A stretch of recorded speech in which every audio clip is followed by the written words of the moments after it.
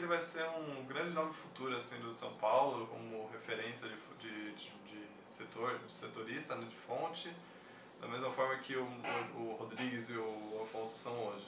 Olá, amigos e amigas, meu nome é Guilherme Goya. Fui chamado aqui para falar sobre o nosso querido aí Marcelo Baseggio, né? Um grande profissional, um grande jornalista, com quem dividi redação em dois momentos diferentes aí da minha ainda breve carreira, né? No jornalismo esportivo.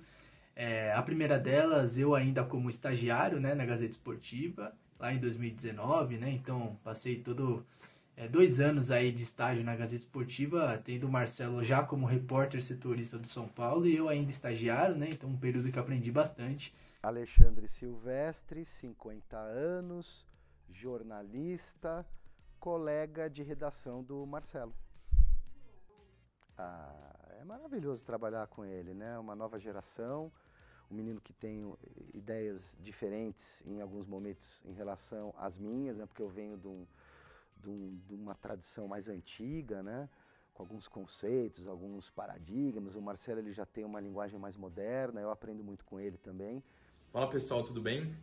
Eu sou Gustavo Canato e falar do Marcelo Baseggio é muito bacana, porque eu como comunicador, como amante de futebol, como um cara que sonha em trabalhar num grande veículo, poder acompanhar diariamente nas redes sociais, enfim, um casperiano, alguém que está num grande veículo, alguém que tem espaço, alguém que está ascendendo muito com relação às comunicações, dentro do time que eu amo, São Paulo, é muito bacana. É um grande exemplo que eu trato aqui dentro, e poder acompanhar ele nas redes sociais, poder ver que ele está ganhando bastante notoriedade, é um exemplo não só para mim, mas para todos os casperianos que gostam de futebol e pensam em trabalhar algum dia em um grande veículo. Então, a primeira memória que eu tenho é justamente o contato através dessas notícias. A primeira memória ao conhecê-los foi na redação.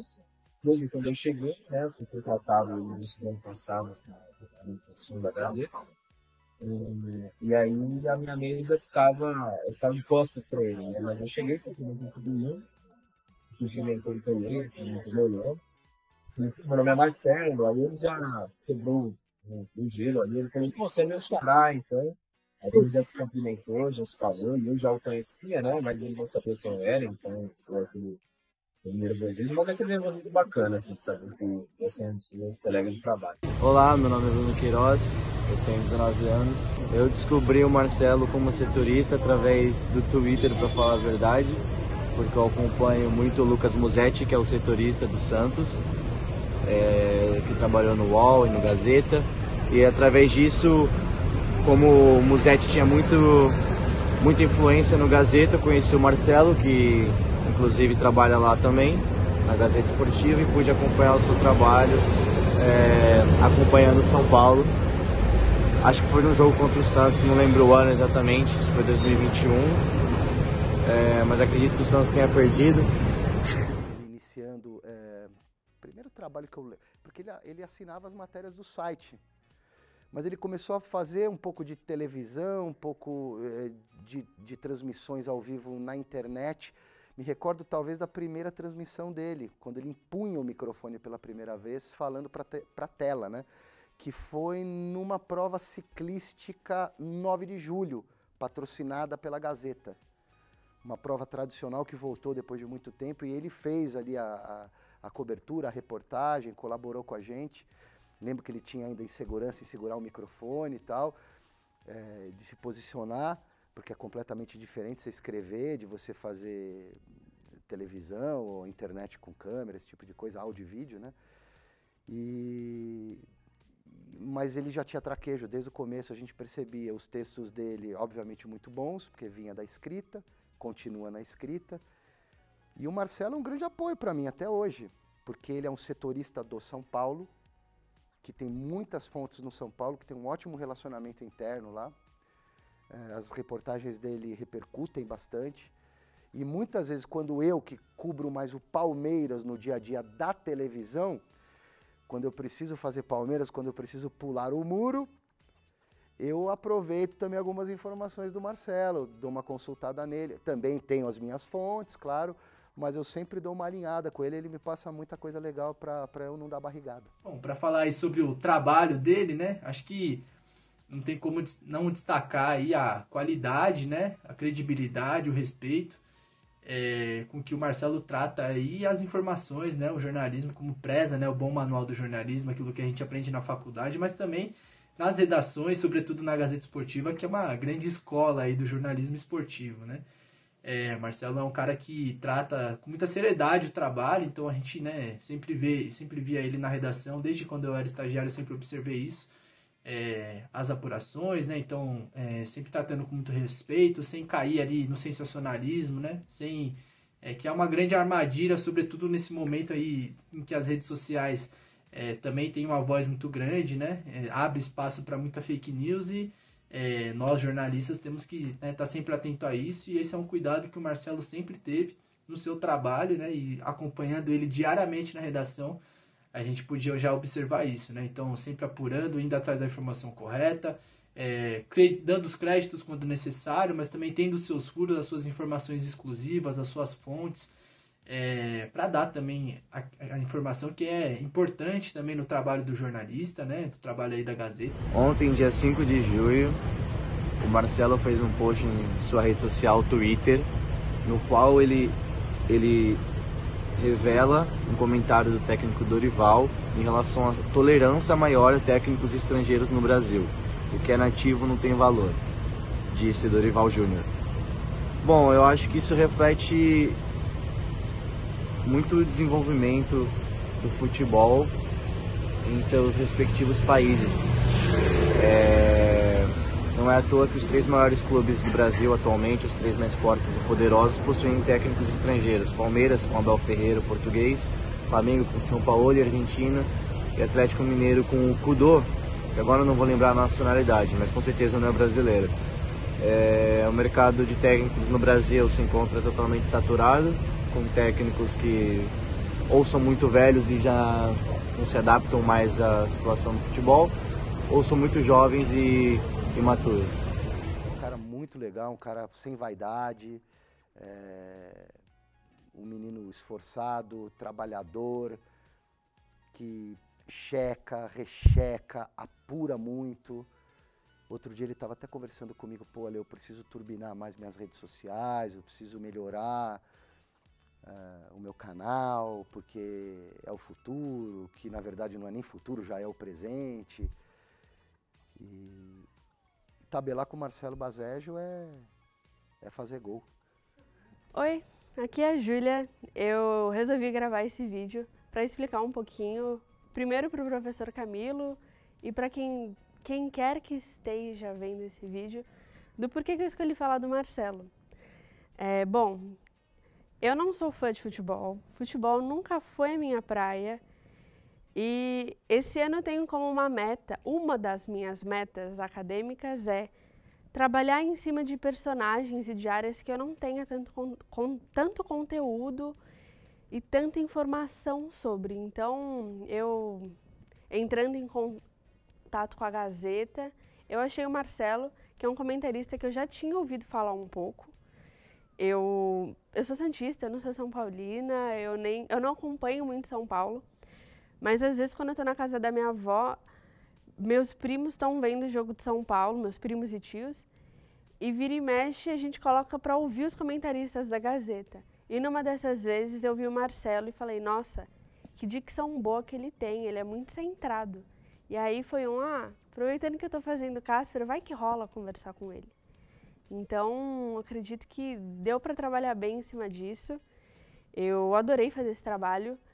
Foi um trabalho que eu optei por fazer sozinha, mas acho que deu para desenvolver bem, deu para sentir bem o que é fazer um perfil, estando atrás das câmeras e agora, nesse finzinho, estando na câmera para falar um pouquinho. Vamos lá. O Marcelo é um cara muito intenso, que gosta de fazer tudo da melhor forma possível, não consegue se doar parcialmente para alguma coisa que ele está fazendo, ele sempre se doa 100%, sempre tenta fazer tudo da maneira que ele acredita ser a melhor maneira possível, nem que seja algo que dê muito trabalho. Eu gosto de desafios, gosto disso, então É um cara intenso, eu me resumiria como um cara intenso, tanto na esfera profissional quanto na esfera pessoal, assim. Eu sou um cara muito sincero e verdadeiro, então eu procuro trilhar meu caminho mais ou menos sempre priorizando isso, de ser sincero, verdadeiro, intenso, vivenciar aquilo da melhor forma possível. Comigo não tem 50%, é sempre 100%, 100%, 100%. Eu diria que talvez eu seja um cara 880. Quando eu acho que está muito bom, talvez eu não me atente para algumas coisinhas que podem ficar melhor, porque eu acredito que esteja realmente muito bom. E às vezes também, por outro lado, quando eu acredito que as coisas não saíram da maneira que eu esperava, eu acredito que então tá tudo uma merda. Pode falar palavrão? Pode tudo, pode falar. Aí às vezes eu penso que tá tudo uma merda e nem sempre tá tudo uma merda. Tem coisas boas para se tirar daquela situação, ou daquele trabalho, enfim. Mas eu sou assim, eu me resumiria como um cara intenso e talvez 880. É bom, bacana. Como é que você chegou na Gazeta? Quero saber tudo. É engraçado, porque assim, dentro de casa eu nunca tive essa influência para que eu criasse essa paixão por futebol tão grande que eu tenho. O meu pai, ele acompanha futebol como a maioria dos brasileiros, né? Uma paixão nacional, mas eu não resumiria o meu pai como um apaixonado por futebol. Ele é um cara que acompanhou e tal, mas nunca foi fanático pelo clube que ele torce, não é aquele cara de frequentar estádio. Então, quando eu era pequeno, eu desenvolvi essa paixão por conta própria. E eu lembro que eu até pegava um pouco no pé do meu pai, porque ele nunca foi de frequentar muito estádio e eu sempre queria ir ao estádio. Então, eu tinha que implorar, pedir para ele me levar ao estádio e tal. E por essa razão, eu até acabei frequentando menos estádios do que eu gostaria. Mas eu acho que também, graças a isso, eu consegui desenvolver uma paixão profunda pelo futebol. E essa paixão tão profunda me fez querer trabalhar com isso, não só ser um fã, acompanhar de longe, mas eu queria estar envolvido de alguma forma, né? Todo menino tem o sonho de ser jogador de futebol, mas não deu. Então eu tentei encontrar uma maneira de estar ali, de alguma forma, né? Estar ali. E eu acho que o jornalismo sempre ele se mostrou um caminho interessante para mim, porque era um caminho que talvez eu poderia trilhar para estar ali como eu desejava, mas não só estar ali, mas contar histórias através daquilo que eu vejo, daquilo que eu escuto, e eu sempre fui um cara muito observador, então eu acho que estar ali, poder trazer aquilo que eu vivencio para outras pessoas que talvez também gostariam de estar ali, mas não têm esse privilégio, eu acho que fazer isso só poderia ser através do jornalismo. Então, eu acabei optando por isso e não me arrependo, porque foi uma escolha muito, muito feliz da minha parte. Eu adoro contar histórias e eu amo futebol, então juntou tudo isso e acabou dando certo. No ensino médio, eu sempre tive dentro de mim que eu queria ser jornalista, mas com o passar dos anos eu ia mudando um pouco, né, de direcionamento, o que é natural para um adolescente, né? A gente, aqui no Brasil, a gente é obrigado a tomar uma decisão muito importante da nossa vida, sendo muito novo. Então, quando eu estava no ensino médio, eu mudava um pouco, né, de opinião sobre o que fazer. Então, chegou no terceiro ano, né, e eu precisando prestar vestibular, então eu atirei para vários cantos diferentes. Então, numa faculdade eu prestei para administração, em outra eu prestei jornalismo, em outra eu prestei direito. E aí, quando eu passei em certas faculdades, eu tive que fazer a escolha. E aí eu acabei priorizando jornalismo na Casper. Eu tinha comigo que se eu fosse fazer jornalismo, teria que ser aqui, senão eu não iria fazer. Então, quando eu passei, eu falei, não, então eu vou fazer, porque é a minha opção número 1. E aí acabei entrando. Mas no ensino médio eu estava bem indeciso. Eu acho que foi a primeira vez que eu fui a um jogo de futebol que eu subi assim as escadas e aí você tem aquele acesso à arquibancada e aquela imensidão verde, aquele campo, aquele estádio enorme, as pessoas torcendo. Acho que isso me chamou muita atenção. Tanto é que eu tenho uma lembrança muito viva de mim criança, assim, sabe? E o jogo rolando e eu prestando mais atenção no ambiente, na torcida, no estádio em si do que no jogo. Porque aquilo pra mim era meio que mágico, sabe? E ali meio que deu estalo, aflorou e começou essa paixão pelo futebol.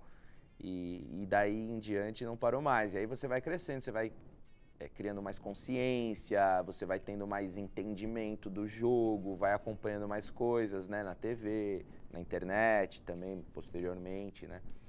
E aí você vai consumindo cada vez mais futebol de diferentes maneiras, seja com notícias, seja com produtos, né? Chuteira, camisa e tal. E tudo isso vai meio que fazendo crescer essa paixão, pelo menos comigo foi assim. E aí cada ida ao estádio para mim era mágico, porque como eu não ia muitas vezes, eu buscava aproveitar ao máximo possível. Tanto é que quando eu começo a crescer e começo a ir mais com os meus amigos, ao invés de ir com meu pai, aí eu começo a ir com mais frequência, começo a frequentar mais e tal, que aí eu não passo a depender mais dele. Mas foi assim.